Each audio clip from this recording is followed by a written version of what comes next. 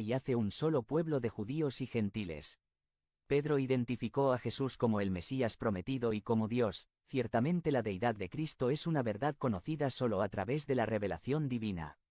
La roca no es Pedro como individuo porque Cristo sustituyó la palabra Petra, una roca colocada en el fundamento de una edificación, por Petros, un fragmento de Petra. Cristo pudo haber querido decir que él mismo era la piedra Petra sobre la cual descansaba la Iglesia y que la Iglesia se construye con estas piedras que participan de la naturaleza de Petra a través de la confesión de fe en él. Pedro, por lo tanto, es la primera de muchas piedras utilizadas en la edificación de la Iglesia. Dios elige la materia prima para edificar, y esa materia prima somos nosotros. La palabra nos declara que somos piedras vivas, edificadas como casa espiritual para desarrollar un sacerdocio.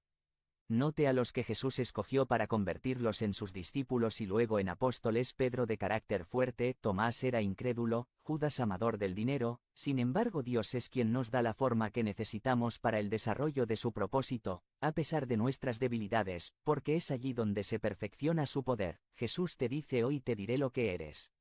Cada uno de nosotros como piedras de edificación, somos trabajadas en la cantera para el desarrollo de nuestra comisión existencial de acuerdo al propósito del Señor. Analizaremos el itinerario que como piedras es necesario pasar. 1. Nos trasladan de muerte a vida. Pablo ahora dirige la atención a los gentiles que forman las iglesias a las cuales escribe con la expresión en cuanto a vosotros. Hay dos pensamientos claves. Estabais muertos y Dios nos dio vida. Nos indica claramente nuestro estado o antes de creer en Cristo como estabais muertos en vuestros delitos y pecados. Estas palabras indican una condición anterior y continua como muertos, que aquí significa no la muerte física, sino la muerte espiritual en cuanto a su capacidad de responder a Dios. Quiere decir estar separados o alienados de Dios. La muerte espiritual se refiere a un estado de rebeldía en el cual el rebelde se ha separado de la única fuente de vida y está bajo condenación. La causa de esta muerte espiritual son vuestros delitos y pecados.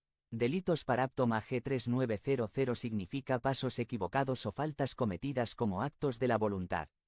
Se usa para describir al hombre que pierde el camino o se extravía, o de aquel que no logra adquirir la verdad o se aleja de ella. La segunda palabra que Pablo usa para definir la causa de la muerte espiritual es pecado amartía, que significa errar o perder el blanco como en el tiro al blanco. Pecar significa no alcanzar la meta deseada. Incluye los errores intelectuales y los fracasos morales. Las dos palabras son prácticamente sinónimas y usadas juntamente enfatizan la condición triste y desesperante del pecador. Los delitos y pecados representan las malas obras del viejo hombre, en los cuales anduvisteis en otro tiempo. Además, este pasaje nos describe la naturaleza de Dios. Pero Dios, quien es rico en misericordia, a causa de su gran amor con que nos amó, menciona dos características de Dios: su misericordia y su amor para con cada uno de nosotros. No podemos permanecer en un estado de condenación, porque nuestro Dios es rico en misericordia, y con amor eterno nos ha amado. Siempre hay una salida en el Señor. Recordemos que Dios mandó a profetizar sobre huesos muertos y secos, y lo podemos ver en el libro de Ezequiel 37:10. Y profeticé como él me había ordenado, y el Espíritu entró en ellos, y vivieron y se pusieron en pie, un enorme e inmenso ejército, de un valle de huesos secos. Dios sopló vida y formó un poderoso ejército a su servicio. Este es el Evangelio de Jesús, que por amor nos da vida para que logremos ser parte de su gran ejército, porque la Iglesia de Cristo es un organismo que crece día a día y nuestro capitán en jefe es Jehová